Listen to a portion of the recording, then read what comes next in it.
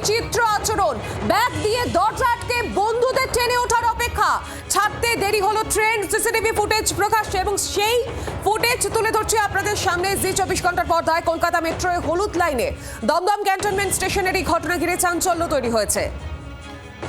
মহিলা মেট্রো যাত্রীর বিচিত্র আচরণ, ব্যাগ দিয়ে দরজা আটকে রাখা হয়, বন্ধুদের ট্রেনে ওঠার জন্য অপেক্ষা করছিলেন। সেই ভিডিও ইতিমধ্যেই প্রকাশ্যে সিসিটিভি ফুটেজ। কলকাতা মেট্রোর হলুদ লাইনে দমদম ক্যান্টনমেন্ট স্টেশনের এই ঘটনা ঘিরে কার্যত চাঞ্চল্যকর পরিস্থিতি। আর বিস্তারিত জানবো গোটা পরিস্থিতি নিয়ে, সঙ্গে টেলিফোন লাইনে রয়েছেন প্রতিনিধি অয়ন ঘোষাল। অয়ন, কি হয়েছে, কি জানতে পারছো? দেখো, মেট্রো কর্তৃপক্ষের পরিষ্কার অভিযোগ, তারা একদিকে প্রত্যেকটা মেট্রো লাইনে যথাসম্ভব ট্রেনের সংখ্যা বাড়িয়ে এমনকি শনি রোববার পর্যাপ্ত ট্রেনের ব্যবস্থা করে যাত্রীদের সুবিধা করার চেষ্টা করছেন।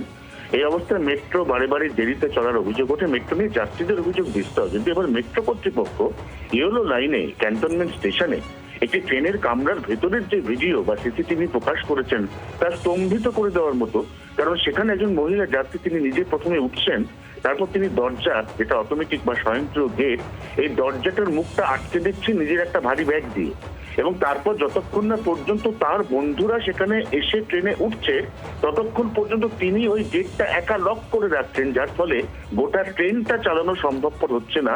এই অবস্থায় গতকাল যুদ্ধকালীন তৎপরতায় ট্রেনের মোটরম্যান নেমে এসে স্বয়ংক্রিয় পদ্ধতিকে নিষ্ক্রিয় করে ম্যানুয়াল পদ্ধতিতে ওই ট্রেনের গেট বন্ধ করে গেটটা চালিয়েছেন। মেট্রো কর্তৃপক্ষ এই সিসিটিভি প্রকাশ করে একদিকে যেমন ওই মহিলা যাত্রীকে চিহ্নিত করে তাকে শাস্তির বিধান দিয়েছেন, তেমনি পাশাপাশি অন্য যাত্রীদের এই ধরনের কাজ ভবিষ্যতে কোনোদিন না করার আবেদন জানিয়েছেন। ধন্যবাদ অয়ন।